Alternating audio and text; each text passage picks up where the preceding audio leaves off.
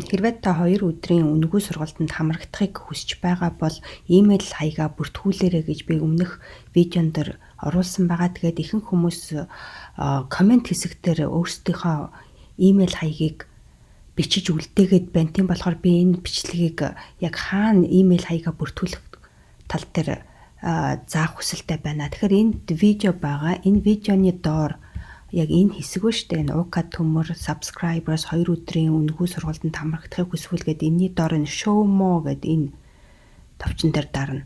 Ингээд товчон дээр дарахаар энэ цэнхэр өнгөтэй энийг холбоос гэж хэлээд байгаа аахгүй. Тэгэхээр энэ холбоосон дээр дарна.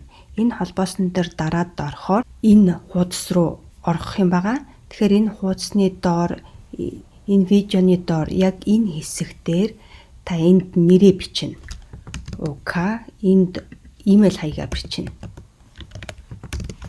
Тэгээд бичиж дуусчаад өөрийнхөө имэйл хаягийг бичиж дуусчаад энэ ногоон өнгөтөө submit гэдэг энэ товчийг дарах юм байгаа шүү. Ингээд л боллоо.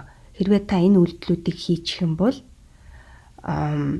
би тань руу таны имэйл хаяг руу энэ сургалтыг хүргэх болно.